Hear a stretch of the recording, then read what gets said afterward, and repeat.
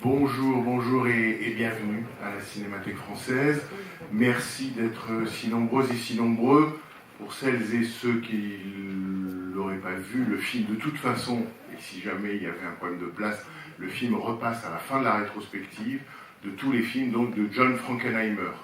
Une rétrospective qui a commencé mercredi avec la projection des Parachutistes arrivent, The Gypsy Mouse, et qui continue donc tous ces jours-ci, et cet après-midi en particulier, la projection du mal nommé Le Pays de la Violence et du bien titré I Walk the Line, qui passe là et qui était vraiment parmi les plus beaux films de Frankenheimer, pour cette raison entre autres, mais pas seulement, parce qu'il a écrit sur le film.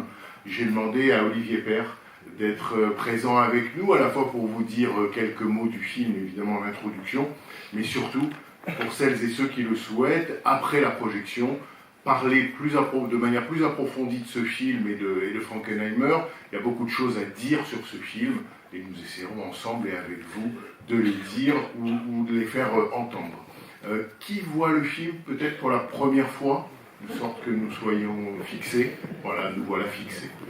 On va rien dire avant. On va vraiment rien dire avant, ou très peu. Vous dire simplement voilà, que ce film a été tourné à l'octobre 69, sorti aux États-Unis octobre 1970, et que peut-être parmi sorti en France en 71. Et sorti en France début 71, parmi sa plus grande singularité, on pourrait dire, c'est son lieu de tournage, la région des Appalaches, dans le Tennessee. C'est pas fréquent, mais c'est notable, et Dieu sait que c'est important dans ce film, puisque c'est d'une certaine manière son lieu et son sujet. Voilà. Je vous donne la parole. Oui. Non, mais je remercie Bernard. Effectivement, on va pas beaucoup parler avant, mais je vais quand même dire 2-3 choses. C'est que Le Pays de la Violence, donc I Walk the Line, est sûrement un des films les plus importants de Frankenheimer. C'est peut-être même son meilleur film. C'est un film pivot, extrêmement important dans sa carrière, pour plein de raisons, on en parlera après. Et Frankenheimer est très connu, enfin il a toujours été très connu, il le demeure pour sa fameuse trilogie sur la paranoïa, avec Un crime dans la tête, 7 jours en mai, et puis Opération Diabolique, Seconds. Et il a aussi fait une autre trilogie formelle qui est moins fameuse, mais qui est tout aussi importante dans sa filmographie. Ce sont ces 3 films qui constituent des scènes de la vie de province, avec All Fall Down, L'Ange de la Violence, réalisé au début des années 60. Donc Les Parachutistes arrivent en 69 et le Pays de la Violence qu'on va voir aujourd'hui. Ces 3 films qui bousculent un peu la perception qu'on a de Frankenheimer d'être surtout un cinéaste de l'action ou des films spectaculaires ou des films à effet, puisque ce sont 3 films intimistes, 3 films qui parlent de la même chose, hein, de la volonté d'échapper à sa condition, de se libérer et de l'impossibilité de cette liberté. C'est des films sur et c'est un film qui rejoint vraiment Les Parachutistes arrivent, qui parle un peu de la même chose. Alors c'est vrai que Les Parachutistes arrivent est aussi un film très mal nommé en français, puisque c'est le Gypsy Mouse, et Frankenheimer n'a pas eu beaucoup de chance avec les titres français. Et puis avec ces films-là sur le plan commercial, et c'est vrai que l'échec de ces films très, très importants a eu aussi une incidence sur la suite de sa carrière. Bon, on pourra en parler après le film. Merci. Parfait. Et ben, merci beaucoup Olivier, on se retrouve après la projection. Bonne revision, bonne découverte de I Walk the Line. Bien. Voilà. Quelques mots ensemble après la projection. C'est vraiment un très très beau film. Je vous donnerai la parole pour que vous nous disiez si vous partagez notre sentiment ou pas. Olivier, toi, donc j'ai invité Olivier entre autres parce qu'il a aux éditions Sidonis écrit le livret très complet sur le film I Walk the Line, édité par Sidonis en DVD et Blu-ray. Il me disait qu'il a aussi écrit le livret sur Black Sunday et Seconds, l'opération diabolique dans la même édition. Donc tu connais bien le film, tu l'as revu là en grand. J'ai envie de te demander par quoi tu as envie de commencer. Est-ce qu'il y a quelque chose qui, en le revoyant là, te donne envie d'en parler tout de suite, que ce soit un personnage, un détail ou un dialogue? Bon, de toute façon, je pense qu'il vaut mieux commencer par le commencement. C'est-à-dire qu'on peut parler du début du film et de la fin du film, qui évidemment se répondent. On va commencer par parler du début. Et avant même de parler du début du film, je pense qu'on peut commencer par le titre, I Walk the Line, qui est un titre très, très intéressant, qui a une histoire. I Walk the Line, c'est d'abord une chanson de Johnny Cash, celle qu'on entend dans le film. C'est une chanson qui date de 56. Et I Walk the Line, ça peut vouloir dire deux choses. Enfin, ça veut surtout dire filer droit. Je suis la ligne, je file droit. Et c'est le sens du titre de la chanson de Johnny Cash qu'il a écrite pour sa femme et qui est une déclaration d'amour où il lui dit qu'il va arrêter les bêtises, il va arrêter les addictions, il va plus aller en prison, il va filer droit par amour pour elle, because you're mine, I walk the line. Et donc cette chanson est devenue le titre du film un peu incidemment et assez tardivement, puisqu'au départ le film est inspiré d'un livre qui s'appelle An Exile, et le titre de tournage était September Country, je crois. Et on pourrait traduire par September Country par paysage d'automne. Paysage d'automne, voilà, ce qui s'explique, enfin qui va avec le film qu'on vient de voir. Mais le studio trouvait que c'était pas suffisamment commercial, et ils ont décidé d'utiliser le titre de la chanson de Johnny Cash, qui était une chanson qui était une chanson très connue, c'est pour rendre le film plus commercial. En même temps, ça marche très bien dans ce film, puisqu'I Walk the Line, c'est filer droit, c'est ce que le shérif essaye de faire, ou fait au début du film, en tout cas, ne serait-ce qu'avec ses trajets en voiture. Et en même temps, I Walk the Line, ça veut dire je franchis la ligne, c'est-à-dire l'idée de transgression. Et c'est ce qui va arriver assez rapidement dans le film. Et pour parler du début du film, il y a une organisation des figures, en tout cas de l'espace, qui dès le début du film et la première rencontre avec Tuesday Weld résume très bien ce qu'on va voir. C'est-à-dire c'est qu'à la fois la ligne droite, I walk the line, je file droit, qui est le job du shérif et ses rondes, enfin qui sont des rondes en plus pétries d'ennui et inutiles, enfin qui montrent aussi, qui expriment très vite le vide de son existence. Et puis la voiture qui arrive, la voiture des membres de la famille McCain, et qui fait des zigzags, et on commence très vite par une sortie de route. Donc en fait, cette sortie de route, qui est l'enclencheur du film, c'est aussi quelque chose qui résume très bien ce qu'on va voir par la suite. Donc, et l'idée de franchir des caps, de transgresser, alors franchir cette ligne, c'est évidemment passer du côté de la loi et devenir hors la loi, de faire cette transgression-là par ennui, et puis aussi par amour, et par idée de s'abstraire de son existence.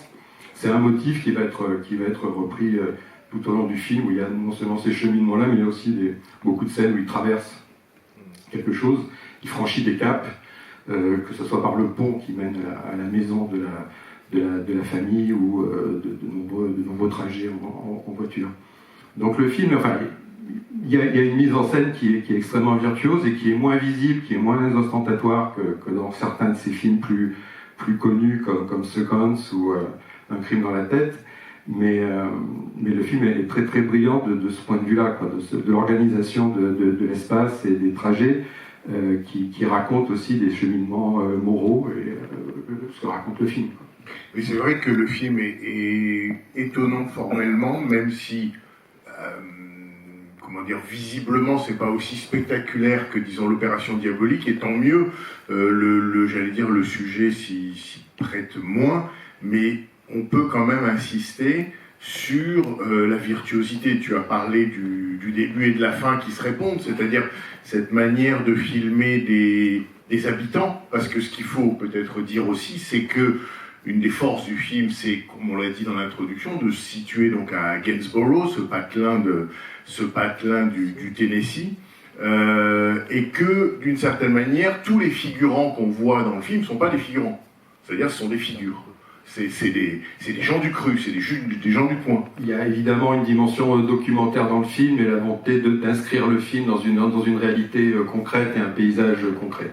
Bon, on peut parler on pourrait dire de l'engagement, en tout cas des convictions ou des idées politiques de Frankenheimer, qui était très proche de Robert Kennedy, qui avait filmé sa campagne, qui était un peu son consultant cinématographique, de communication. Enfin, en tout cas, ils étaient très proches et ils étaient ensemble. Enfin, en tout cas, Frankenheimer, c'est lui qui l'a conduit à l'hôtel où il a été assassiné en 68.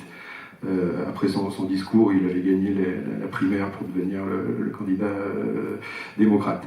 Et paraît-il, Robert Kennedy lui aurait dit: tu devrais faire des films sur l'Amérique profonde, sur les gens du Midwest, sur les Américains, voilà, qu'on ne voit pas dans les films. Et c'est sûrement quelque chose dont il s'est souvenu quand il a fait Les parachutistes arrivent et Le pays de la violence, ça c'est sûr.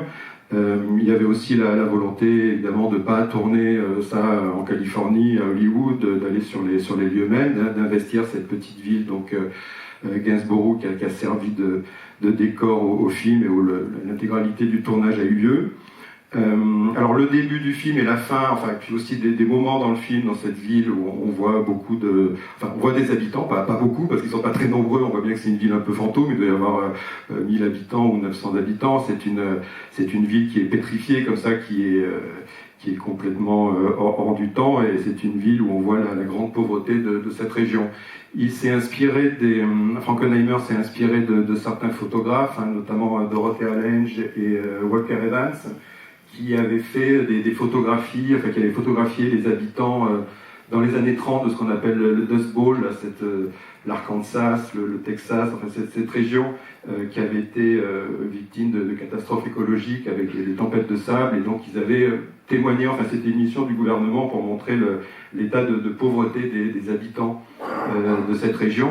Donc là dans le Tennessee, on est un peu dans la même situation avec des villes en ruine.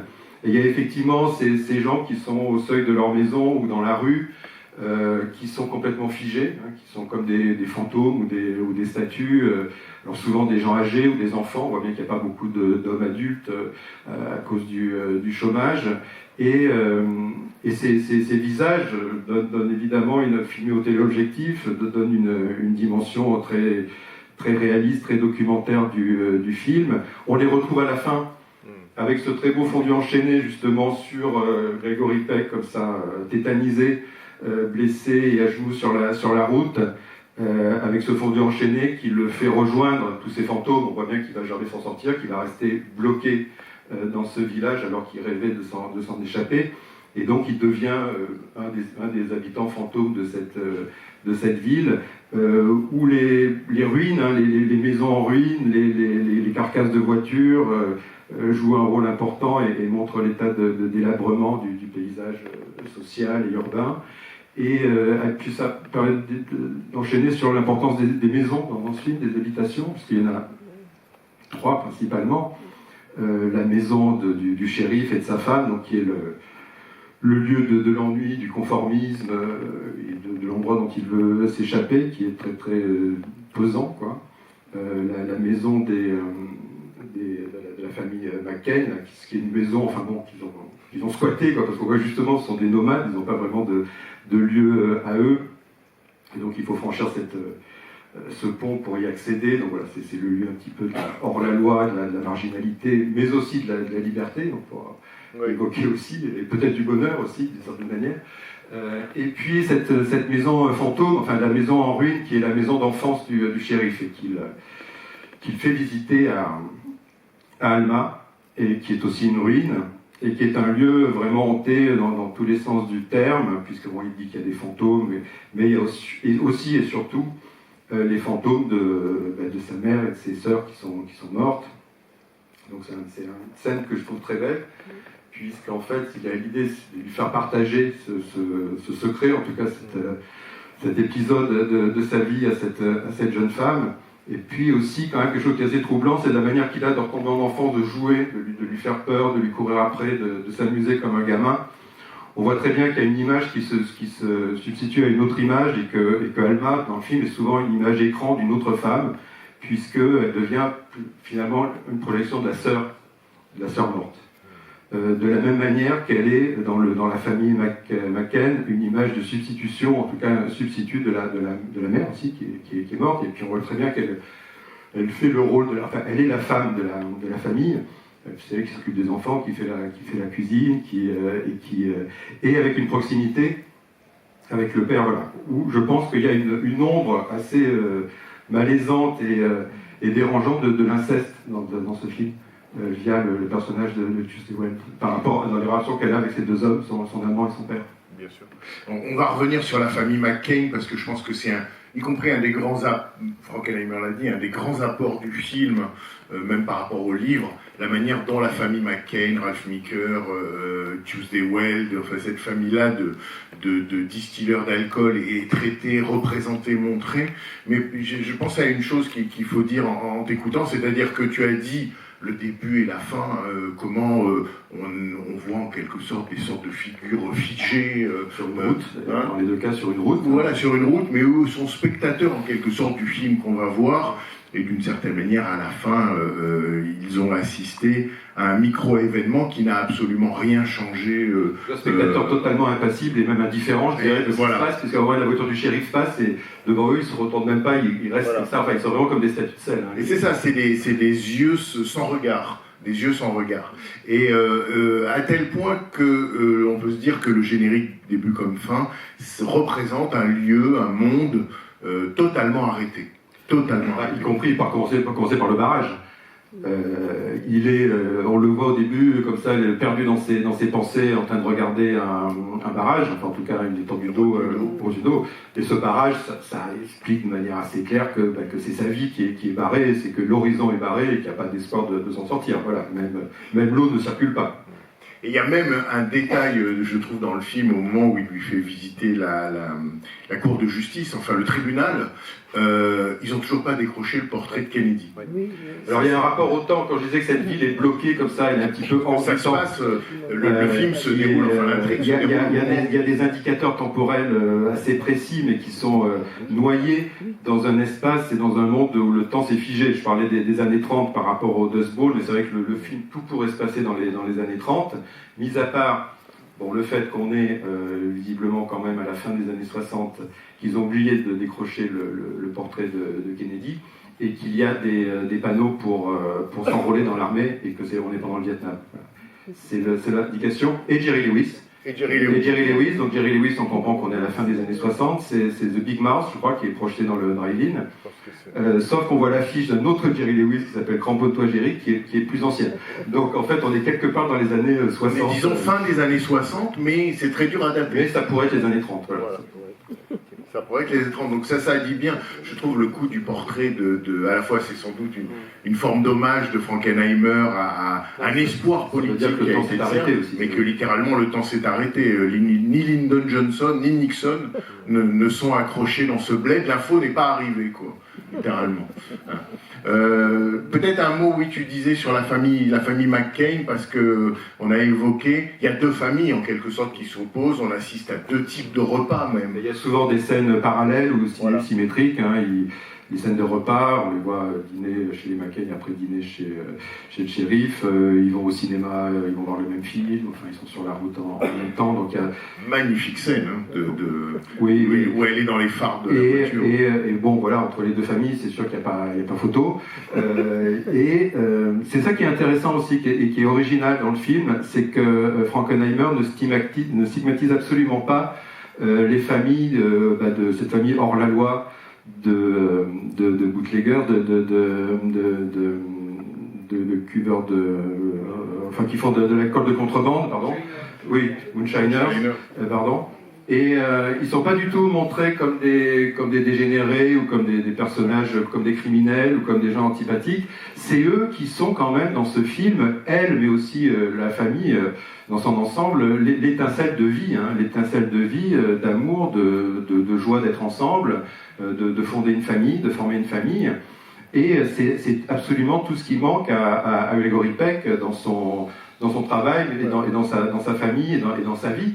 Et ça montre quand même que, même si le film est très très pessimiste, qu'il est totalement, même assez désespéré dans ce qu'il montre, Frankenheimer, en cinéaste progressiste, on va dire, n'a pas du tout de condescendance vis-à-vis de ces gens très pauvres dans une région voilà, dévastée et qui pratiquent des activités illégales. On sent la joie d'être ensemble, et ça c'est assez frappant. Ça fait l'originalité du film par rapport à d'autres films qui opposent la civilisation justement et la sauvagerie ou la violence du monde rural, comme Délivrance par exemple. Là, il n'y a pas du tout ce regard-là. Oui, c'est au contraire, il est avec eux, la sympathie va pour cette famille. On sent que lui, il est de tout cœur avec eux et que cette chaleur humaine qui semble les nouer, et même d'une certaine manière, le personnage d'Alma, qui reste un personnage énigmatique et qui est difficile à cerner, peut-être que justement à la fin, elle dit, quand il lui dit « viens avec moi », elle ne dit pas « je ne veux pas », elle dit « je ne peux pas ». Et parce que d'une certaine manière, elle appartient. Et elle veut appartenir à cette famille, à ce clan. Elle appartient à cette famille, et cette famille symbolise aussi non seulement l'amour, mais la liberté que Gregory Peck n'a pas. D'ailleurs, ce sont des nomades, alors que lui, il est bloqué, il voudrait partir. Eux, ils passent leur temps sur les routes à déménager pour ne pas se faire attraper par la police. Donc, oui, l'image, l'envie de liberté, elle est dans cette famille, même si, justement, eux, ils sont du mauvais côté, voilà. Ils sont du mauvais côté de la loi. Mais ils sont du côté de la vie et de la liberté. Et de même que le personnage d'Alma, oui, alors tu m'avais envoyé la revue de presse de l'époque, qui est assez élogieuse dans l'ensemble, et beaucoup de critiques de l'époque comparent le film justement en raison de cette jeune femme, Alma, à l'Ange Bleu ou à la famille de Pantin. L'idée de la femme voilà, corruptrice qui manipule un homme, qui est saisi par le démon de Midi et qui va en faire voilà, sa marionnette, sa créature, et qui va l'entraîner dans une sorte de déchéance.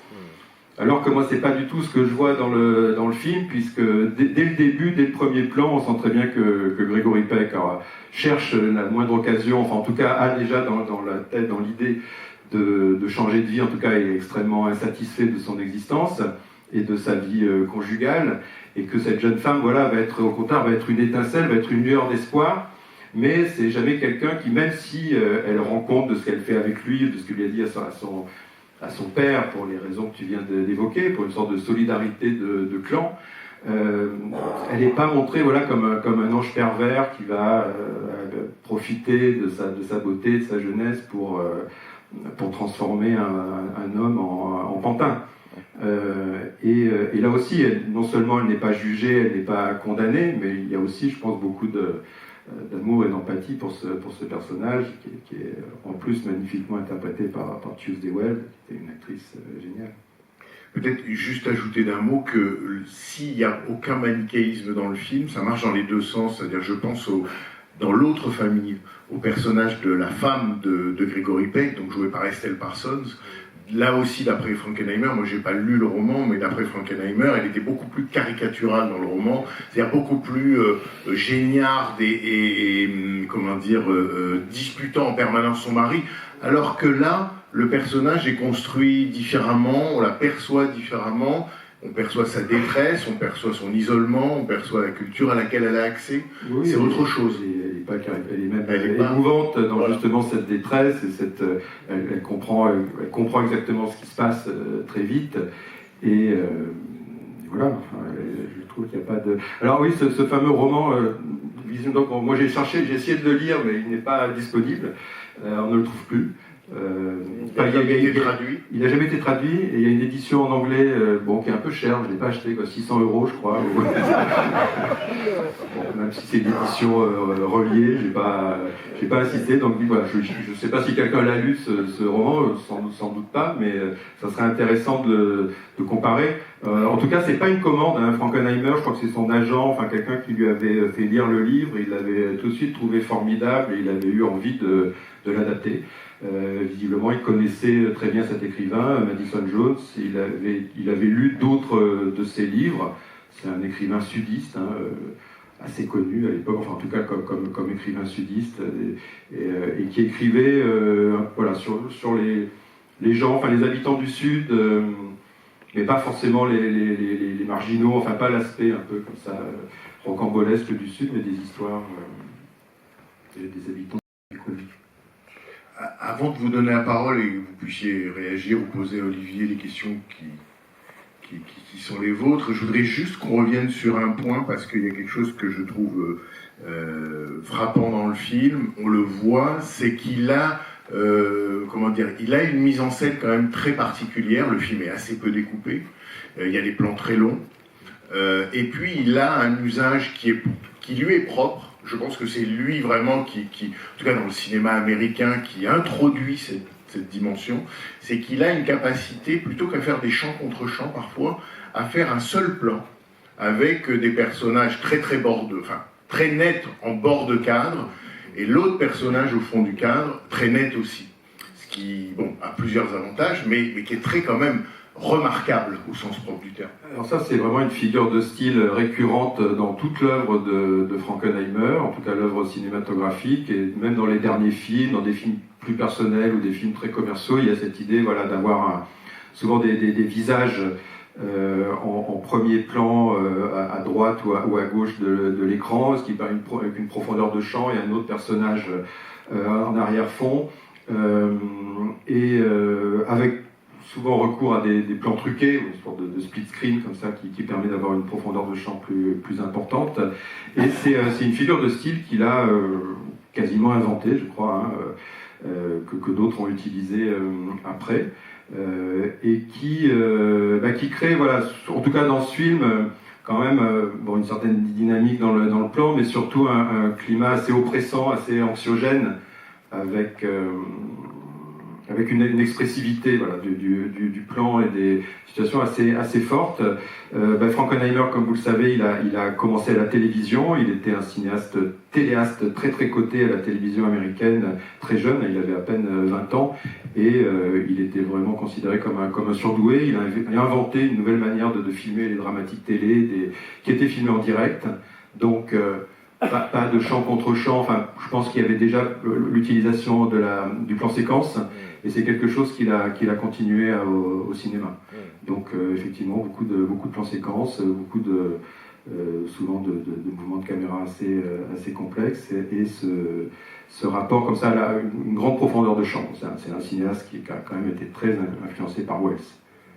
Et cette profondeur de champ et cette manière de traiter les personnages dans le plan, c'est-à-dire cette netteté, j'allais dire, de toutes les surfaces, à la fois lui permet de gagner sur le découpage, puisqu'il n'y a plus besoin de faire, j'allais dire, un plan à part sur Gregory Peck pour voir son expression contrariée quand il écoute son assistant. Et en même temps, c'est un procédé anti-réaliste, puisque on peut dire que dans la vraie vie, personne ne regarde comme ça.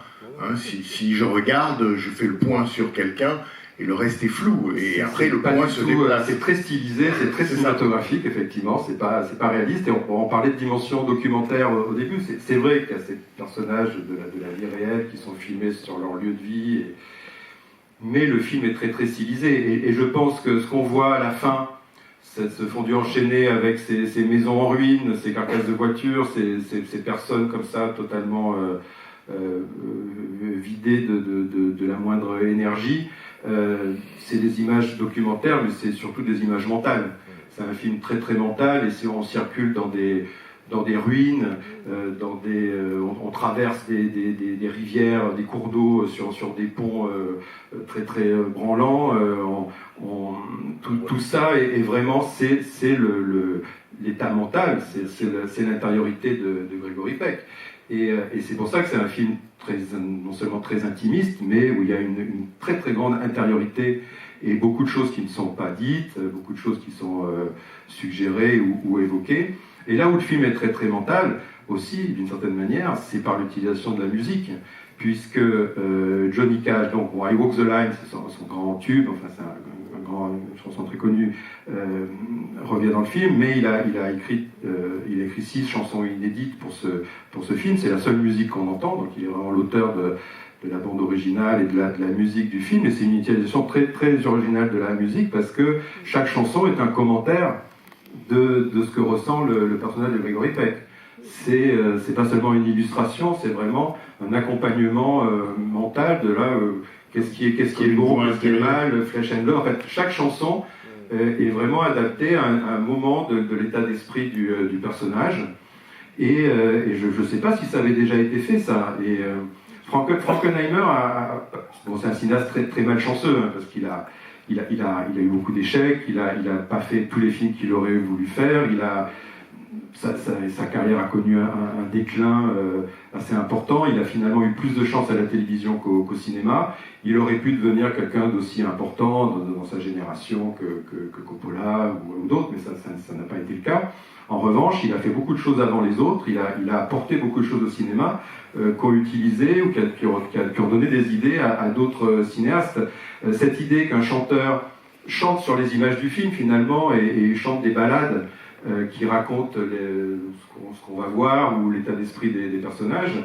Quelques années plus tard, dans les années 70, c'est John McCabe de Robert Altman ou c'est Leonard Cohen qui commente aussi le film avec des ballades qu'il a composées, avec là aussi une musique qui intervient régulièrement dans le film. Il n'y a pas d'autre musique. Et même Pat Garrett et Billy the Kid avec Bob Dylan, ça ne décline pas. Qui sont des films postérieurs. Donc je pense qu'il y a beaucoup de choses qu'on voit dans les films de Frankenheimer dans les années 60 et au début des années 70, qu'on va ensuite revoir dans des films d'autres cinéastes. C'est tellement vrai que ce qu'on évoquait, là, le split focus, là, le plan de Palma avait un projet, j'ai retrouvé ça, il avait un projet qu'il n'a jamais tourné, qui s'appelait Ambrose Chapelle. Et Ambrose Chapelle, ça se voulait d'une certaine manière une variation à partir d'un crime dans la tête. Et donc... vous voyez, un crime dans la tête, il y a tout Phantom of the Paradise. Et il y a presque 90% de l'œuvre de Palma. Mais voilà, c'est l'histoire de l'assassinat politique. On cite rarement Frankenheimer comme influence de Palma, bien sûr. Les films de Scorsese, Taxi Driver. Quand Coppola fait Coup de cœur en 81, sa première idée, c'est de faire le film en un seul plan séquence avec des décors escamotables dans un décor qui reconstituerait Las Vegas. Bon, c'est trop compliqué, donc il y renonce partiellement, il y a certains passages, mais il dit « je veux faire comme faisait Frankenheimer dans ses dramatiques télé ». Et quand Frankenheimer, donc I Walk the Line est un film charnière dans la carrière de Frankenheimer, puisque quand il fait ce film, il a déjà l'idée de quitter les États-Unis, parce qu'il en a, bon, d'une part, il est très très en colère contre le climat politique de l'Amérique de l'époque, de la guerre du Vietnam, de l'enlisement dans la guerre du Vietnam, du gouvernement Nixon. Enfin, il est un peu écœuré. Il est aussi écœuré par les échecs commerciaux de ses films. Et donc, il a très vite envie de partir en Europe. Donc, il va faire Les Cavaliers, puis après, il va essayer de faire des films en Europe, mais ça va être une expérience très malheureuse. Et donc, il va revenir. Mais il va revenir un peu trop tard, je pense, par rapport à sa situation de cinéaste à Hollywood. Mais à l'époque d'I Walk the Line, il dit « Moi j'ai envie de faire un film sur la guerre du Vietnam parce que c'est vraiment le grand sujet aujourd'hui pour parler de la violence, pour parler des États-Unis et c'est vraiment quelque chose de très grave et il faut parler de la guerre du Vietnam. Et j'ai un projet, c'est de raconter cette histoire vraie. » Enfin, il avait deux idées qui étaient toutes les deux basées sur des faits réellement survenus au Vietnam. Sur un des soldats responsables du massacre de My Lai et sur les soldats qui avaient capturé une Vietnamienne pour la violer. Et un des soldats voulait les dénoncer, et c'est outrage. Voilà. Donc ce film que Frankenheimer voulait faire au début des années 70, alors après il dit oui, je n'y arriverai sûrement pas, mais Jack Clayton est sur le coup, donc ce sera ni Jack Clayton ni de Palma beaucoup plus tard, et ça a été même un des premiers cinéastes à être engagé pour faire Rambo, Frankenheimer. Donc, il est passé à côté de beaucoup de succès ou de chances, voilà, de faire des films importants. Bon, à la place, il a fait French Connection 2, voilà, qui est un très très bon film, mais qui est la suite d'un film de Friedkin. Et en fait, dans les années 70, c'est Friedkin et Coppola et Scorsese et De Palma qui ont fait les films que Frankenheimer aurait dû faire. Mais eux se sont beaucoup inspirés de lui. C'est ça qu'on essaie de dire, c'est à quel point il a été avant-gardiste et expérimental. Quand il fait Second, c'est un film presque totalement expérimental. Est-ce que vous avez des remarques ou des questions? Alors, il y en a une là-haut. Ah, là, monsieur.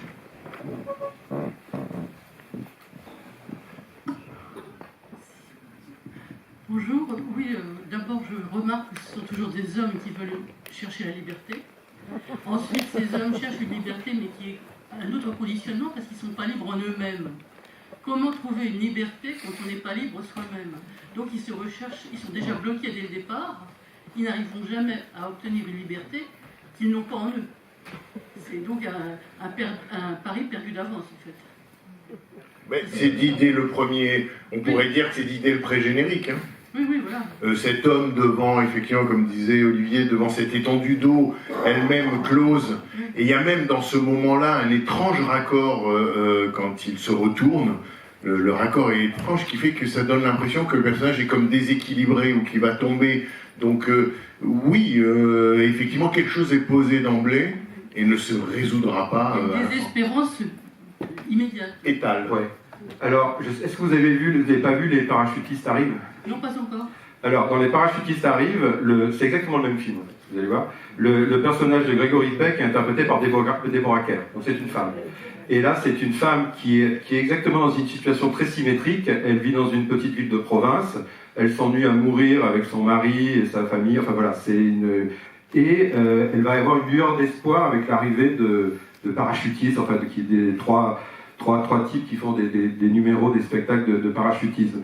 Donc je ne sais pas si c'est typiquement masculin, ça peut être féminin aussi parce que Deborah Kerr joue exactement le même rôle que Gregory Peck, avec une issue tout aussi triste et désespérée. Voilà, enfin en tout cas, mais c'est vrai qu'en général, Frankenheimer a surtout fait des films avec des personnages masculins, sans trop.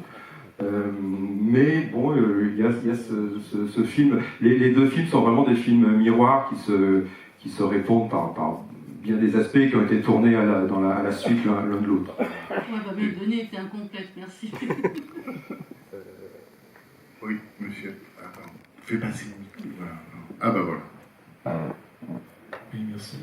Donc là, en peu de temps, je découvre deux films de Frankenheimer que j'avais jamais vus. Donc c'était Seconds, que j'ai adoré, et je découvre celui-là que j'ai adoré aussi.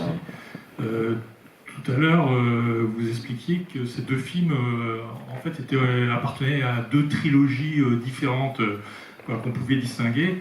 Mais je trouve quand même qu'il y a un gros point commun entre les deux. C'est le thème de l'aliénation qui avait été évoqué dans la conférence l'autre jour. En fait, c'est deux formes d'aliénation, deux manières de représenter l'aliénation, mais c'est toujours l'aliénation dans les deux cas. Absolument. Voilà. Et ça, c'était le premier point. Le deuxième point, vous disiez tout à l'heure que il y avait que la famille Macken représentait une certaine lumière de la vie dans l'histoire, alors que la vie de foyer du personnage de Gregory Peck, c'était un peu le côté éteint de la vie. Mais il y a quand même, je sais pas, j'ai trouvé que il y avait j'avais une impression quand même d'une certaine forme de critique sur l'ensemble des personnages, parce qu'à un moment, un des personnages du film commence à sortir des horreurs sur les juifs, un autre, je crois c'est le chef de famille, Macken, le père, qui parle des nègres. Donc on voit bien quand même que l'ensemble des personnages qu'on voit dans l'histoire, toutes ces personnes ont en commun de pas représenter du tout l'électorat de Robert Kennedy. Absolument, non, mais absolument. D'ailleurs, Frankenheimer, il avait dit, je crois, enfin moi je fais un film où c'est des personnages qui votent Nixon. Enfin voilà, c'est l'Amérique profonde. Et on parlait d'un temps qui s'est arrêté, ça pourrait être les années 30, mais ça pourrait être l'année 2025, parce que je pense, enfin, je ne suis pas un spécialiste des États-Unis, mais je pense que dans les États du Tennessee ou de l'Arkansas, la situation n'a pas dû beaucoup évoluer sur le plan de la vie, du chômage, de plein de choses. Donc effectivement, c'est cette Amérique, en tout cas de la mentalité politique, très profonde d'une Amérique conservatrice et très pauvre, donc qui peut alimenter un électorat populiste. Après, quand Ralph Meeker dit on on est aussi pauvre, ou on est aussi, ou presque aussi pauvre, ou plus pauvre que des nègres. Enfin, ils disent nègres parce qu'à cette époque, dans le sud des États-Unis, c'est le mot qu'on employait. C'est vrai, c'est les petits blancs des États du Sud étaient dans un état de pauvreté qui était le même que les Noirs américains. Enfin, en tout cas, il y avait une misère des classes rurales blanches qu'on voit très bien dans le film. Après, c'est un film qui est où rien n'est noir ou blanc. Enfin, il n'y a pas aucun personnage qui est idéalisé ou montré comme exemplaire ou comme parfait. C'est juste des êtres humains, y compris l'adjoint du shérif, joué par Charles Durning, qui est à la fois très malin, mais très sournois et très fouineur, et qui se révèle ignoble quand il menace, qu'il veut violer Alma. Donc oui, il les montre sous un jour, enfin il ne les accable pas, mais il ne les idéalise pas non plus. Et puis pour revenir à Second, c'est vrai que c'est deux films qui sont très différents sur le plan stylistique, on va dire, mais qui parlent de la même chose. Dans ces trois trilogies, il y a effectivement Second qui fait un peu la liaison entre les deux, puisque Second n'est pas à proprement parler un film ouvertement politique comme le sont les deux autres, Un crime dans la tête et 7 jours en mai, et ça parle du complot et de la conspiration, mais d'une autre manière, d'une manière plus intimiste justement, mais même si c'est un film de science-fiction, ça parle de la même chose que I Walk the Line, à savoir qu'il n'y a pas de seconde chance possible, et que ces hommes-là veulent changer de vie, veulent recommencer à zéro, veulent repartir avec une autre femme, ou en tout cas avec même une autre apparence physique, et que ça marche pas du tout. On peut ajouter, juste pour revenir, d'un point de vue anecdotique ou d'information, la ressemblance aussi entre Seconds et I Walk the Line, c'est que dans les deux cas, et ça a été fatal au film dans les deux cas, l'acteur principal est à contre-emploi absolument. C'est dans la perception du public de l'époque. Rock Hudson joue en Seconds, c'est une anomalie qui coûte au film qui lui coûte le succès, et Gregory Peck dans ce film-là déroute littéralement son public. Alors ça coûte le succès au film, parce que le contre-emploi à cette époque, en tout cas pour ces acteurs, ça ne marche pas. Ça rend très malheureux le réalisateur. Frankenheimer le regrette. Il regrette cette décision-là. Et en même temps, je pense que ça apporte énormément aux deux films. Seconds, c'est vrai que les gens qui adorent la science-fiction ou les films bizarres n'ont pas envie de voir Rock Hudson, et les gens qui adorent Rock Hudson n'ont pas envie de le voir dans Seconds. Donc c'est pour ça que personne n'est allé voir le film à la fin. Même si aujourd'hui c'est considéré comme un des films les plus importants du cinéma américain de cette époque. Mais c'est très intéressant parce que Frankenheimer disait, voilà, si vous aviez la possibilité, vous êtes un homme américain de 50 ou 60 ans, on vous donne la possibilité de changer de peau, de devenir un autre homme et de recommencer à zéro, à qui vous voulez ressembler? À Rock Hudson. Donc ça c'est sûr. Et donc là ça devient intéressant. Et pour I Walk the Line, effectivement, on pourrait considérer Gregory Peck comme une erreur de casting. D'ailleurs, ce n'est pas l'acteur que Frankenheimer voulait, il voulait Gene Hackman. Ce qui est beaucoup plus intéressant, parce que là, pour le coup, ça rend le film très très réaliste. C'est pas un Apollon ou une superstar, c'est un très très bon acteur, mais qui a un physique qui s'apparente peut-être davantage à un shérif du Tennessee que Gregory Peck. Mais il n'était pas assez connu, donc c'est Gregory Peck qui s'y colle. Alors Gregory Peck a été très malheureux sur le tournage. Je pense qu'il a détesté de jouer un personnage comme ça aussi démoralisant. Après, moi, je pense que ça rend le film intéressant parce que Gregory Peck, c'est quand même le monsieur parfait du cinéma hollywoodien, à la fois sur le plan physique et moral. Il avait un peu toutes les valeurs démocrates, humanistes. Il jouait dans des films avec des sujets nobles et généreux, et c'est un peu le chevalier servant, enfin le gentleman, et ce côté chevaleresque le rend encore plus isolé par rapport à cet environnement-là. Alors le roman s'appelle Un Exile, et on peut voir ce film comme un exil intérieur aussi. Il est là, mais en même temps il se demande ce qu'il fait là, il a envie de partir. Et donc c'est pour ça qu'il forme un couple aussi un peu dépareillé avec Estelle Parsons, alors que Gene Hackman aurait été parfait avec cette actrice. Donc ça rend le film intéressant. Après, ça n'a pas aidé le film au box-office. Le film a été un échec total. Et Frankenheimer a regretté d'avoir pris Gregory Peck, et Gregory Peck a regretté d'avoir tourné dans le film, puisque pour lui c'était un désastre. Mais parfois, voilà, des choix de casting un peu étonnants n'aident pas au succès du film, mais peuvent apporter quelque chose d'intéressant sur le plan artistique. Oui, moi je voulais juste dire sur Gregory Peck que je vois pas complètement le contre-emploi. Je suis là. Je vois pas le contre-emploi parce que Gregory Peck a toujours été assez surprenant dans ses rôles. Je pense à Duel au soleil, Lou, ou même, je crois, un film d'Hitchcock où il joue un psychopathe. Voilà. Et donc il a toujours il n'est pas complètement à contre-emploi. Et là où il lui donne une noblesse et une grâce, et au jour d'aujourd'hui, MeToo, c'est qu'il n'y a aucune impudeur, il a presque un côté juvénile. Il lui donne un côté, on ne voit pas l'homme violent, violent dans le sens avec une très très jeune femme.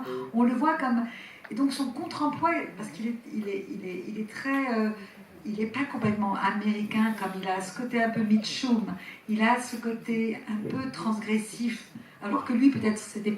Et je trouve que c'est ça qui est intéressant. Gene Hackman, ça aurait été presque trop... Ça aurait été plus bestial, quoi. Ça aurait apporté une dimension sexuelle, justement, érotique par rapport à sa relation avec cette jeune femme. Alors que lui, il incarne une pudeur et une grâce. Gregory Peck était effectivement un acteur très, très subtil, très pudeur, très public, très gracieux. Alors, ses détracteurs disaient un peu, corseté, enfin un peu rigide, comme ça, un peu... Mais sa taille, toujours très expressif. Enfin, il était moqué à Hollywood, où beaucoup de cinéastes, les gens disaient que c'était pas un bon acteur, parce qu'il était trop beau, en fait. Il avait comme ça cette stature athlétique, et il était tellement beau que les gens dénigraient un peu ses talents d'acteur, mais je suis d'accord qu'il est formidable dans le film. Il a ce côté un peu très, très embarrassé par rapport à ce qui lui arrive, quoi. Et il est toujours dans un désordre, en fait. Il est très... Et dans Duel au soleil... Moi, je pense que c'est beaucoup mieux que ce soit Gregory Peck plutôt que Gene Hackman. Mais c'était plus cohérent, peut-être, par rapport à la vision du cinéaste, de son projet. Et autre chose, je voulais aussi parler de Fritz Lang et de... comment s'appelle-t-il, Elia Kazan. Et je trouve en effet, il a sans doute donné plein de choses au nouveau, à Coppola, et qui arrivait, Coppola, Scorsese, Sidney Lumet aussi. Mais il y a quelque chose de très Kazan chez lui. Alors, en effet, il reprend Walker Evans et Dorothy Lange. Et c'est là où on peut superposer justement années 30, mais justement, Kazan, il y a où est mêlé du sociétal, de l'amour impossible, et une violence qui est à la fois très maîtrisée, parce que là, on est dans une caméra très subjective à la fin, et on attend quelque chose d'atroce, et qui n'arrive pas. Il prend sa voiture, et il va juste rejoindre le camion qui est à 10 km/h, et lui à 100. Mais on est en caméra subjective pendant les 5 dernières minutes. Et rien ne se passe. Rien ne se passe. Absolument. Et c'est assez incroyable, parce qu'on attend dans ces recoins de cette maison, ou même... et c'est là aussi où il y a du Kazan, c'est-à-dire qu'il n'est pas là... On est dans quelque chose, on est dans sa torpeur, dans sa folie. Et comme dans La fièvre dans le sang, par exemple. Bien sûr. Vous avez raison. De toute façon, Frankenheimer, son drame, c'est qu'il est apparu dans une période intermédiaire d'Hollywood. C'est-à-dire que c'était pas encore le nouvel Hollywood, donc c'était pas encore les cinéastes qu'on a cités, mais c'était la fin du Hollywood classique. Donc il est ni classique, ni postmoderne ou nouvel Hollywood. Et effectivement, il est entre Kazan et Coppola, quoi. C'est vrai qu'il y a un héritage de Kazan très, très évident, surtout dans ces 3 films sur des scènes de la vie provinciale, puisque on pense au fleuve sauvage, évidemment, et on pense à Splendor in the Grass. Splendor in the Grass, on y pense surtout pour All Fall Down, le film de 63, où c'est le même scénariste d'ailleurs. Et oui, disons que voilà, Frankenheimer, il est entre Kazan, l'époque de Kazan, Huston, de ces cinéastes apparus 10 ans ou 15 ans avant lui, et après il y a Friedkin ou des gens comme ça. Donc il est vraiment entre deux, dans un moment de transition d'Hollywood, Et d'ailleurs, c'est pas un hasard s'il vient de la télévision, puisque c'est une période où Hollywood est en déclin et que la télévision prend de l'importance et que les grands talents d'Hollywood vont faire leur classe à la télévision, Sidney Lumet, Arthur Penn, enfin voilà, toute cette génération-là. Et ils arrivent dans un moment où le paysage des studios est assez dévasté, où rien ne marche, ou alors des films... et aussi, pourquoi ces films ne marchent pas, I Walk the Line et The Gypsy Moth? C'est parce qu'ils arrivent quelques mois après Easy Rider. Et à cette époque, tout le monde veut voir des films avec des jeunes, avec des hippies, sur la nouvelle génération, la contestation. Et ces deux films-là, c'est des films dont les héros sont Deborah Kerr, Burt Lancaster et Gregory Peck. Donc des quinquas, des gens qui étaient des stars dans les années 40 et qui là essayent d'un second souffle, essayent une deuxième ou une troisième carrière. Et ils n'y parviendront pas tous. Burt Lancaster, il parviendra, enfin, du moins sur le plan artistique, pas sur le plan commercial, mais Gregory Peck n'aura pas ce second souffle comme ça, après ses très grands rôles des années 40 et 50, et son couronnement de sa carrière, Gregory Peck, c'est To Kill a Mockingbird, c'est le film de Mulligan, dans les années 60. Après, ça sera plus compliqué pour lui.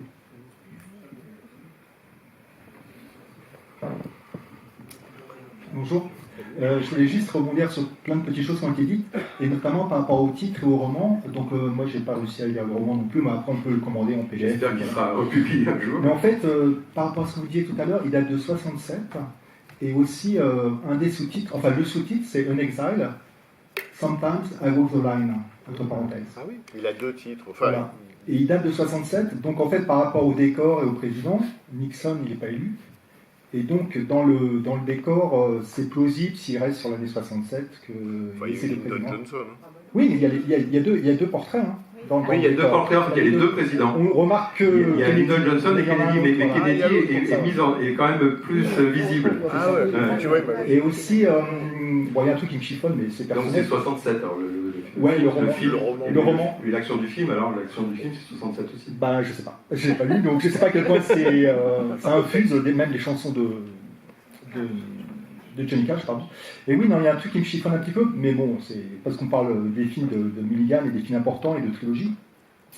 Moi, j'ai le sentiment que le film charnière, c'est plutôt Seconds, parce que je pense qu'il est dans les deux autres trilogies. C'est-à-dire que pour moi, il y a une trilogie du mal américain, du pessimisme, enfin de montrer un portrait d'homme qui change, qui n'est pas habituel, qu'incarne déjà donc John Randolph dans Seconds. Je pense que le film pivot, c'est celui-là.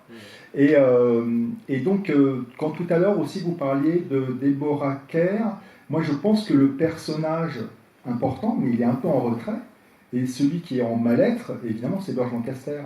Et je pense que c'est lui, en fait, qui est prisonnier aussi de sa condition dans le film. Il le sait. C'est la rencontre de deux névroses, oui, des parachutistes arrivent. C'est vrai que c'est pas...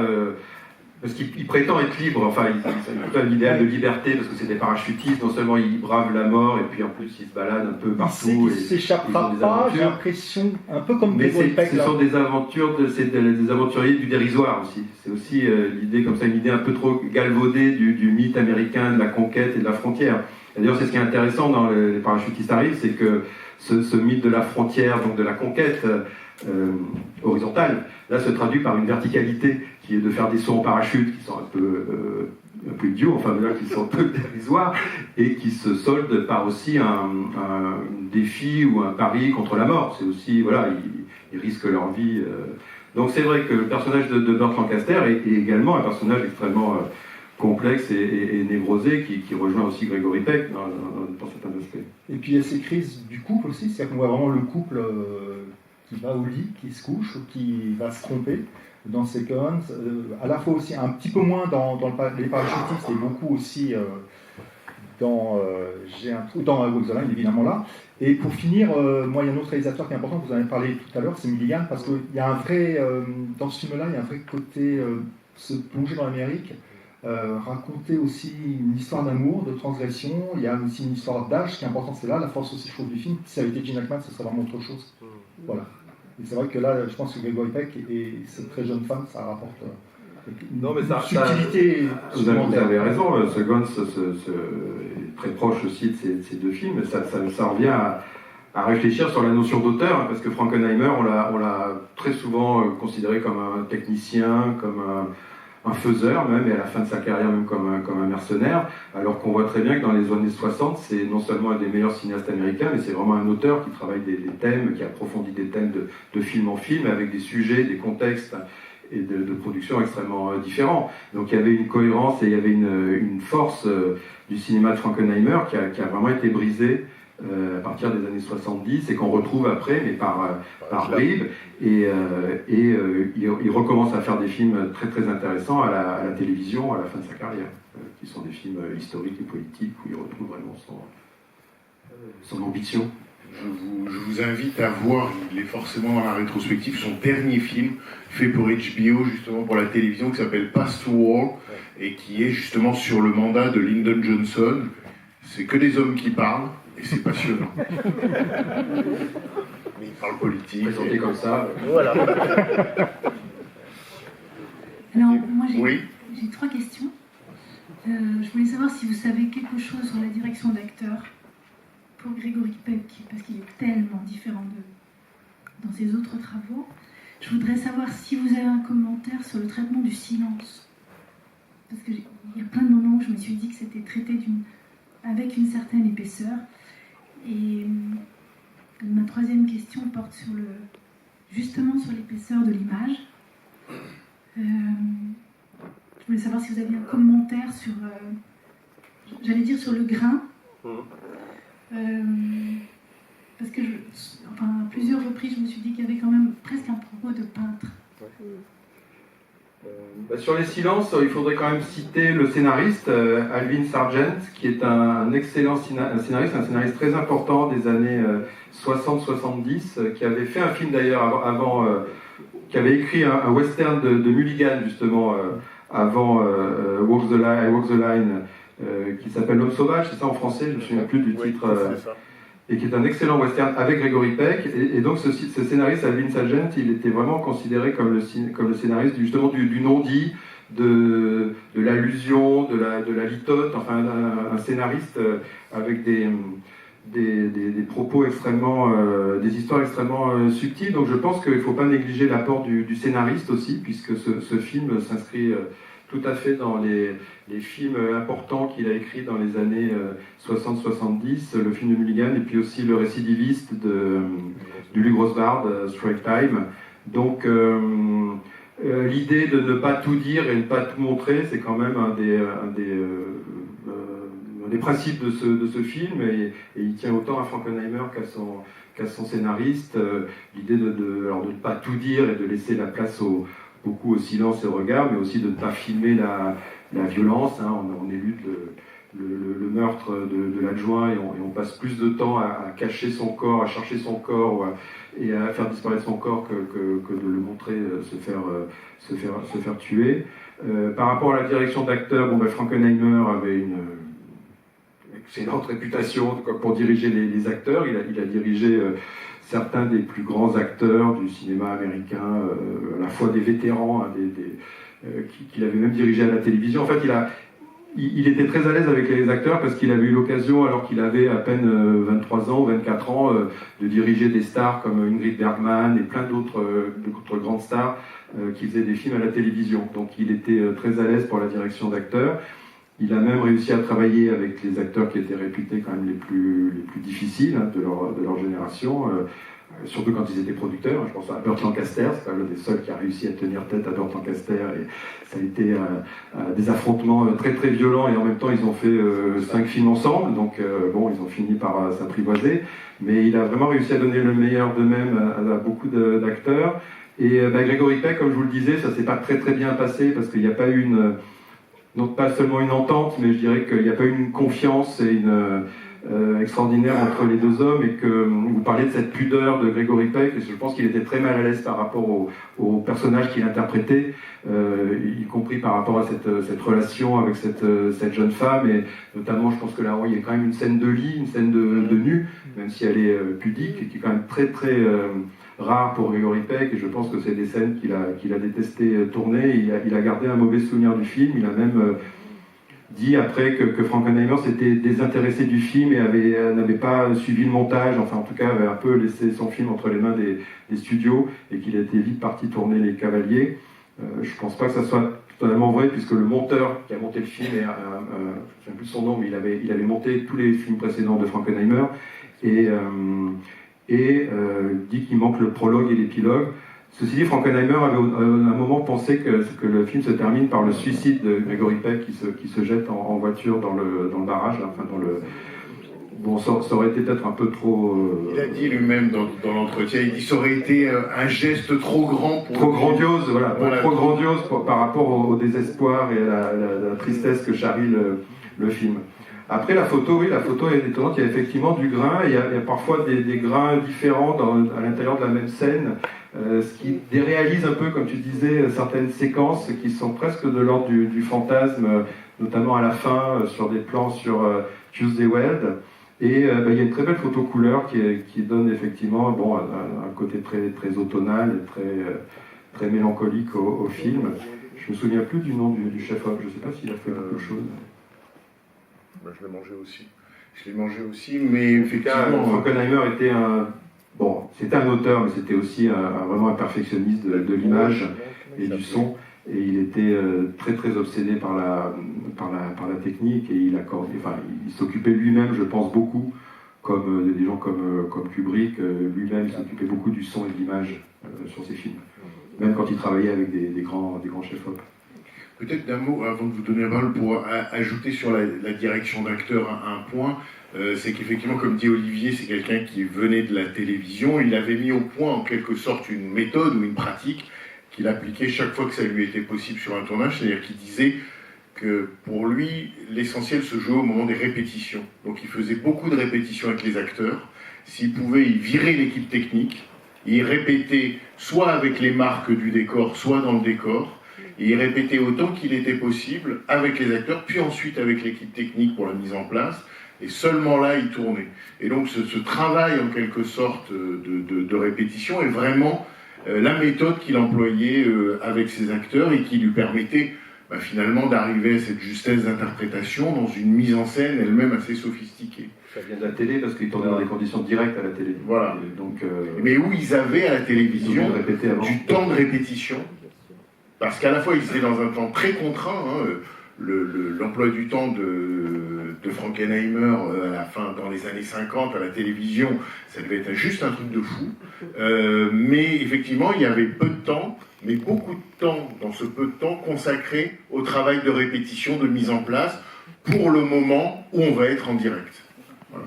Donc c'est ce travail-là qui se fait avec les acteurs.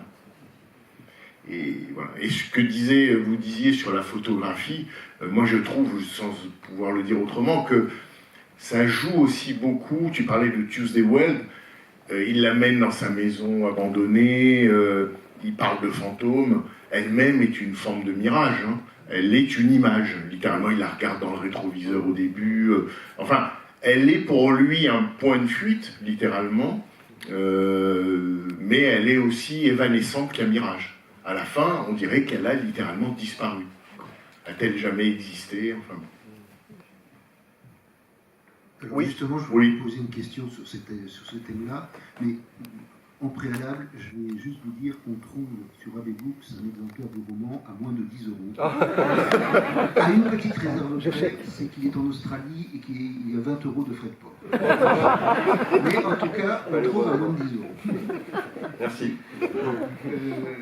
Non, la question que je voulais vous poser, c'est, vous avez souligné énormément de qualité de mise en scène sur ce film, et il y en a un que vous n'avez pas évoqué, qui me semble réel, alors peut-être est-ce que je le fantasme, mais je n'en suis pas sûr, c'est qu'il réussit, de la même façon qu'il réussit à faire des plans nets sur deux images dans le film, il réussit à donner deux images différentes de la protagoniste, celle que Gregory Peck veut voir en elle et celle qu'elle est réellement. Je crois que c'est énormément travaillé là-dessus, et il y a des moments de rupture où on comprend que ça ne colle pas, lorsque pour la première fois il lui dit on va partir ensemble. Et là il y a les deux images de la femme qui sont complètement séparées, et le film parle. Oui, c'est vrai que c'est pas la même quand elle est avec sa famille et quand elle est avec Gregory Peck, et c'est pour ça que c'est un fantasme ou une projection. Il projette énormément sur elle, c'est une image sur une image, et que effectivement il y a cette scène, ce point de rupture où là on se rend compte qu'il y a effectivement un malentendu, qu'ils veulent pas la même chose, quoi.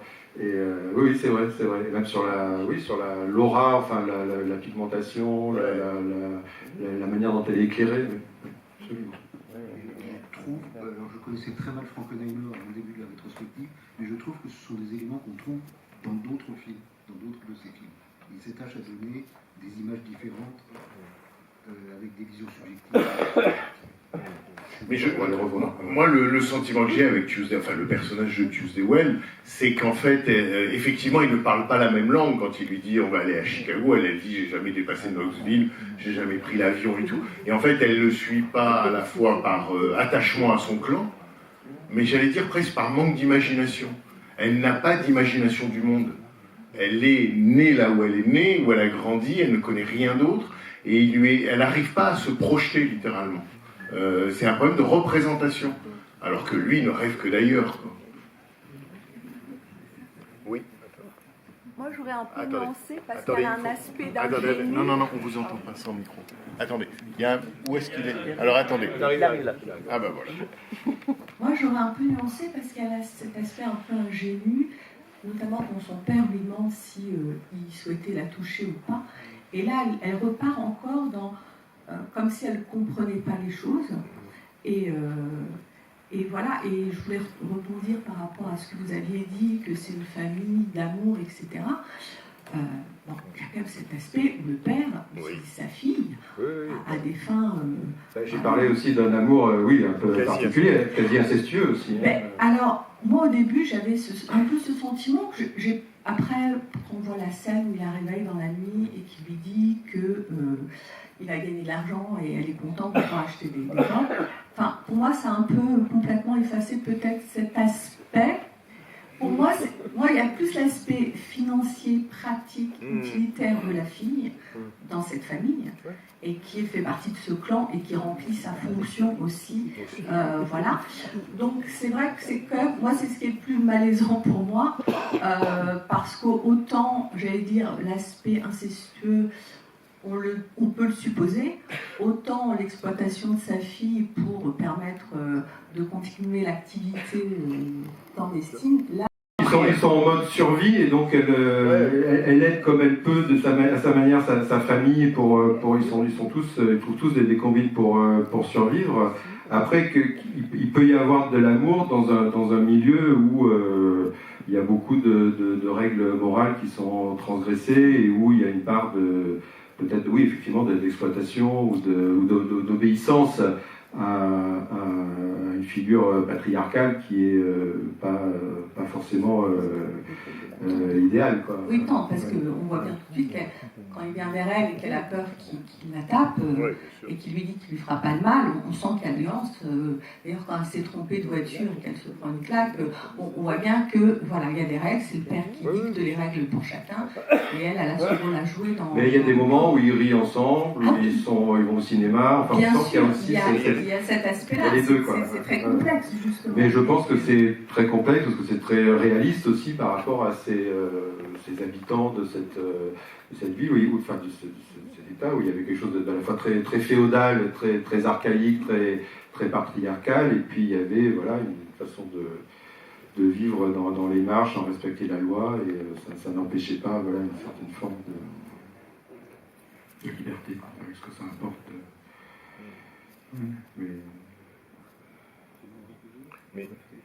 Mais effectivement, il y a cette complexité dont vous parlez. Enfin, l'un ne va pas sans l'autre.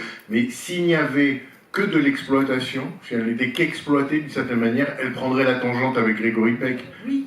Non, mais je pense qu'il y a un tel attachement, et je ne sais pas, j'ai peut-être un conditionnement d'être dans une structure familiale où il y a un fonctionnement, et on ne se libère pas comme ça d'un endoctrinement, en fait.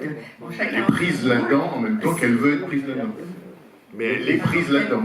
Ça fait partie des films où il y a un personnage dont on parle et qu'on ne voit jamais. Le mari qui est en prison. Et oui. C'est intéressant ça aussi. Et oui, et en plus, c'est ce qu'elle dit, je le connais à peine. Donc, le spectateur le connaît encore moins.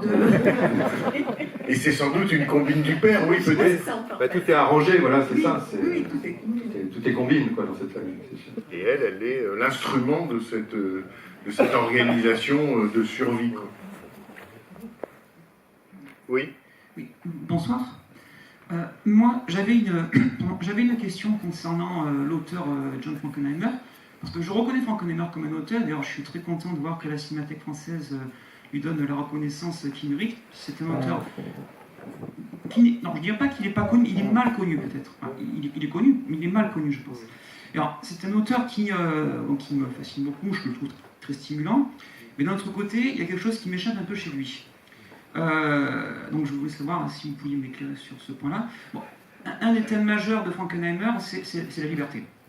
La liberté et surtout l'aliénation. D'ailleurs, il le dit lui-même dans des interviews, que pour lui, le rêve américain, c'était du vent, qu'il n'y avait pas de deuxième chance. C'est un peu l'anti-Richard Brooks, qui fait leur gym. On voit trouver dans Seconds, il n'y a pas de deuxième chance. Dans le film qu'on a vu ce soir, qu'on a vu aujourd'hui, Gregory Peck, on voit que tous ses espoirs tombent à l'eau, etc. Bon, donc il n'y a pas d'échappatoire. Le meilleur film, c'est The Manchurian Candidate, où là, vraiment, qui me fait beaucoup penser d'ailleurs à Orange Mécanique, parce qu'il y a l'aliénation, le libre arbitre qui est effacé, etc. Donc d'un côté, il y a cet aspect-là de Frankenheimer, et d'un autre côté, Frankenheimer avait dit dans une interview, on a toujours le choix. On a toujours le choix. Et quand on voit certains films, par exemple comme Grand Prix, ou comme Les Cavaliers, je crois d'ailleurs qu'il va suivre, qui suit I Walk the Line, ou meilleur exemple, quand on voit Burt Lancaster dans Le Prisonnier d'Alcatraz, qui est en prison, mais qui incarne un personnage extrêmement fort sur le plan mental, ou même en prison, il va trouver une échappatoire, ou dans Grand Prix, ou dans Le Cavalier, on voit que ce sont des trompe-la-mort, mais des aventuriers qui font preuve d'une force de volonté importante. Omar Sharif, par exemple, c'est pas quelqu'un qui paraît aliéné, c'est quelqu'un qui paraît au contraire volontaire. Donc voilà, j'ai du mal à saisir cette contradiction chez Frankenheimer. Est-ce que c'est quelqu'un qui en effet était vraiment contradictoire sur cette question-là? Est-ce que c'est quelqu'un qui a évolué au cours de sa carrière sur la question de la liberté individuelle? Est-ce que c'est quelqu'un qui pensait que, certes, ok, l'individu est libre par sa volonté, mais c'est la société qui l'aliène? Est-ce qu'il y avait un peu de stoïcisme en disant que finalement, il n'y a que la volonté qui est libre, et c'est par nos choix qu'on s'affirme? Je ne sais pas comment surmonter cette contradiction, comment est-ce qu'on peut aborder cette problématique chez Frankenheimer, chez l'auteur Frankenheimer. Bernard qui a revu tous les films. Non, mais ce que vous appelez contradiction peut s'appeler dialectique. Donc, oui. Il a oscillé entre les deux. Enfin, je te laisse répondre. Non, mais c'est vrai qu'il a.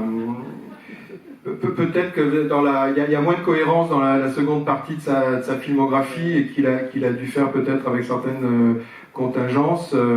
Après, bon, je pense que ça reste un cinéaste très, très américain malgré tout, et ce qui prouve aussi qu'il n'a pas réussi du tout à s'adapter à l'Europe, enfin, contrairement à des gens comme, enfin, il n'y en a pas beaucoup, mais Joseph Losey. Je pense qu'il voulait être, à un moment donné, il voulait être le nouveau Joseph Losey, et s'exiler en Europe et faire des films plus intellectuels, des films qui est vraiment une estampille auteur.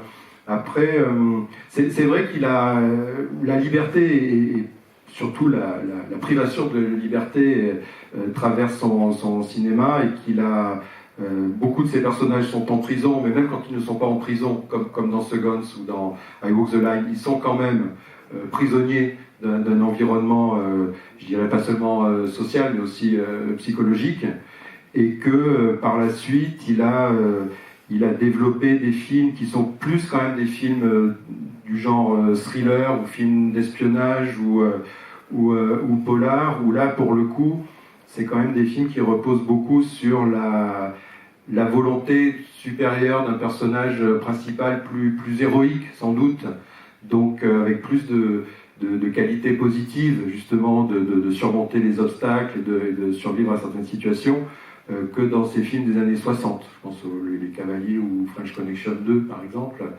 En même temps, on reconnaît des... C'est vraiment compliqué parce que c'était un auteur avec des sujets, il creusait des thèmes, il avait une empreinte stylistique très forte, des effets de signature assez évidents, donc c'était presque même un super auteur dans le cinéma hollywoodien. Et après, ça s'est un peu dilué par rapport aux commandes qu'il a été obligé d'accepter, qui n'étaient pas forcément à la hauteur de ses ambitions. Mais après, il a quand même fait à la télévision un film comme sur Attica, qui parle vraiment de ça. Mais on retrouve moins, effectivement, comme vous le dites, le thème de l'aliénation dans ces derniers films. Cela dit, comme tu dis, si son idéal pour ses personnages et pour lui-même c'était la liberté, lui-même s'est heurté dans sa carrière à beaucoup de contraintes qui ont entravé cette volonté de liberté. Mais peut-être que le film qui encapsule ce que vous appelez contradiction le plus, c'est le prisonnier d'Alcatraz. Le prisonnier d'Alcatraz, un homme en prison trouve la liberté. Bon. Donc c'est ce genre de paradoxe, on pourrait dire, qui intéresse le cinéaste. C'est ça en fait, il cherche à figurer une idée, cette idée de la liberté, du déterminisme ou du libre arbitre, et il trouve comme ça des exemples ou des figures où un homme est contraint de faire quelque chose malgré lui. L'exemple que donnait Olivier du soldat pendant la guerre du Vietnam qui participe à ce massacre. Voilà. Dans quelle mesure il est conditionné, dans quelle mesure il est comme le Manchurian Candidate, c'est-à-dire transformé en machine à tuer, et comment on peut conquérir ou devenir ce que l'on désire être. Alors, mais après, ça, d'une certaine manière, vous résumez, je ne sais pas si c'est les paradoxes, des contradictions, une dialectique, mais c'est les termes qui obsèdent Frankenheimer, et c'est la liberté qu'il cherche pour lui-même. En tout cas, c'est vrai que un homme en prison trouve la liberté, ça pourrait être la phrase qui résume la vie de Frankenheimer, enfin sa carrière de cinéaste, puisqu'il était en prison à Hollywood, il a retrouvé à la fin de sa vie la liberté à la télévision, et il disait d'ailleurs à ce sujet, j'ai jamais été aussi libre et heureux de ma vie qu'aujourd'hui où je suis de retour à la télévision et je fais exactement ce que je veux et je raconte les histoires que je veux raconter. Donc c'est vrai que cette dialectique, elle est dans son œuvre, mais elle est aussi dans sa carrière de cinéaste, et c'est pas si fréquent en fait. Et je passe le micro après. Je pense aussi un propos que Frankenheimer avait sur son film Seconds. Il disait qu'en fait, en faisant Seconds, il montrait que c'était totalement absurde de vouloir devenir un autre. On est soi-même. Et finalement, la meilleure façon d'être libre, c'est de devenir soi-même, en fait, de rester soi. Et donc justement, tout ce matraquage qui était lié à son époque, à la société de consommation, vous inciter à devenir un autre, à ressembler à un modèle, etc. Non, c'est faux. C'est faux ça. Donc c'est inutile de chercher ailleurs une liberté qu'on a en nous. Je pense que c'était un petit peu pour faire le rapprochement avec cette thématique-là. Et merci beaucoup. Merci. On va prendre encore une ou deux questions. Je suis sûr qu'il y a Pass to Wall. Je ne suis pas sûr pour les autres. Voilà. Là, je pense que c'est la rétro-cinéma par celui-là, à vérifier. Oui, vous avez le programme. Mais, parce que les films de télé, alors, Jean-Baptiste Auré a montré dans sa conférence un extrait de The Comedian, le film qu'il a fait avec Jimmy Cagney pour la télévision, qui est formidable. Mais c'est une autre programmation, parce que dans le cas de Frankenheimer, il y a beaucoup plus de films. Vous savez qu'il a tourné pour Playhouse 90, donc c'est les dramatiques live dont parlait Olivier. Je crois qu'il en a tourné 150.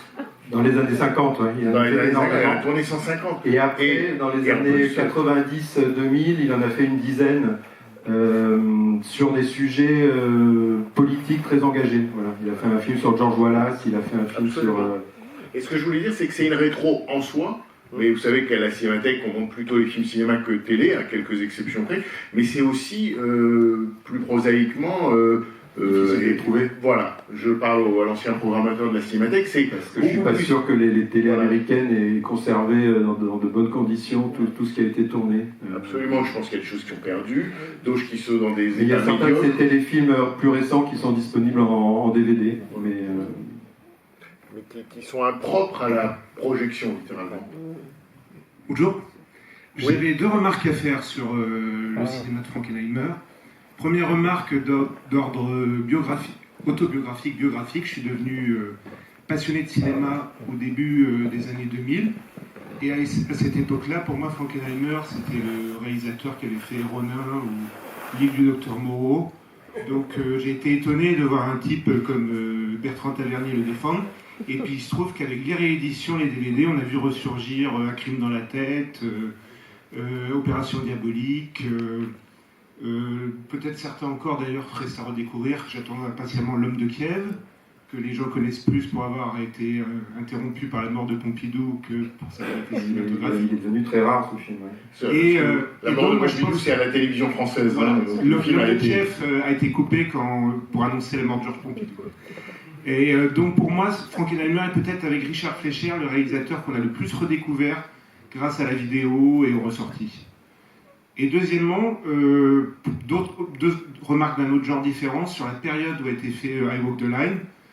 Alors moi je serais un peu plus nuancé que vous, c'est-à-dire moi je trouve, quand on constate la période d'aujourd'hui où on voit les grands studios produire des Marvel ou des bêtises comme ça, c'est quand même l'époque où les studios osaient produire des drames psychologiques comme L'Arrangement de Kazan, comme Pétulia de Richard Lester, comme les Lauzet, Boom et Cérémonie secrète. Donc y avait-il pas un vrai boom, c'est le cas de le dire, une vraie possibilité pour les réalisateurs d'être produits par des grands studios avec des films psychologiques très profonds, même si les titres que j'ai cités ont sans doute pas eu beaucoup de succès d'ailleurs. Ben oui, vous venez de répondre un peu à la question. C'est vrai que les films que vous avez cités sont très bons, mais ils ont tous été des désastres commerciaux. Et ils sont signés par des réalisateurs qui étaient déjà des cinéastes très confirmés, mais qui continuaient leur carrière. Donc je pense que quand je disais que c'était une période compliquée, c'était que les entrées, enfin les studios étaient au bord de la faillite. Ils continuaient à produire des films qui étaient déjà des films un peu démodés. Et quand ils continuaient à financer des films d'auteur comme ceux de Kazan ou Lauzet, c'était des bides énormes. Donc c'est dans ce contexte-là que Frankenheimer a eu du mal à rencontrer le succès, mais ça ne l'a pas empêché effectivement de faire des très bons films avec une grande liberté. Mais après, les films ont été sacrifiés à la distribution. Même en France, ils n'ont pas très bien marché. Alors, I Walk the Line, l'attaché de presse d'I Walk the Line en France était Bertrand Tavernier. Il avait bien défendu le film, il avait mieux marché que les parachutistes. Mais on lit dans la presse française, par exemple, que quand I Walk the Line sort, tout le monde, tous les journalistes et critiques reviennent sur la sortie française désastreuse des parachutistes arrivent, et ils décrivent que le film a été littéralement sacrifié. Les parachutistes est sorti en août 70, c'est une sortie technique, quoi. Et I Walk the Line est sorti le même jour que Little Big Man. Et donc, bon, forcément, je pense que ça a joué en sa défaveur, mais ça, bon, c'était quand même une période où il y avait des films, effectivement, évidemment, très importants qui sortaient, mais tous ne rencontraient pas le succès, et Frankenheimer était un peu dans l'ombre d'autres grands cinéastes et films. Alors oui, juste, d'ailleurs, peut-être a-t-il été grisé par l'engouement de certains cinéphiles français. Il a fait un film en France qui est L'Impossible Objet, qui est influencé par Fellini, Lauzet, Lelouch, et qui est un désastre épouvantable. Ah oui, c'est pour ça que je dis qu'il n'a pas réussi cette greffe européenne. Voilà, il aurait bien aimé être Lui aussi voulait être Succombs. Mais en même temps, je trouve que I Walk the Line est un film extrêmement moderne, parce qu'il y a aussi une modernité américaine, et quand on parlait justement de la longueur des plans, de la lenteur du rythme du film, de certaines images mentales, du rapport de l'introduction d'images ou de moments passés dans un espace présent, enfin, je dis pas que c'est dû à Alain Resnais, mais disons qu'il y a cette modernité-là. Ce film américain de 70 n'est pas du tout le même film que si on avait filmé la même histoire dans les années 50 ou 60. Il arrivait à être moderne, en fait, qu'aux États-Unis. Comme beaucoup de cinéastes.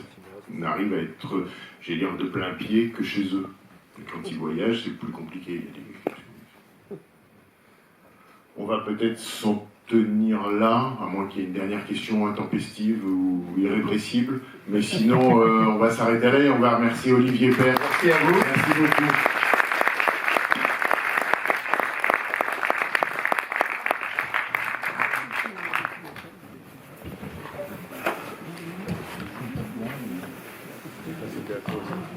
Sauf si tu veux. Ah bon, oui, je croyais que c'était le même, vous voulez faire un gamin.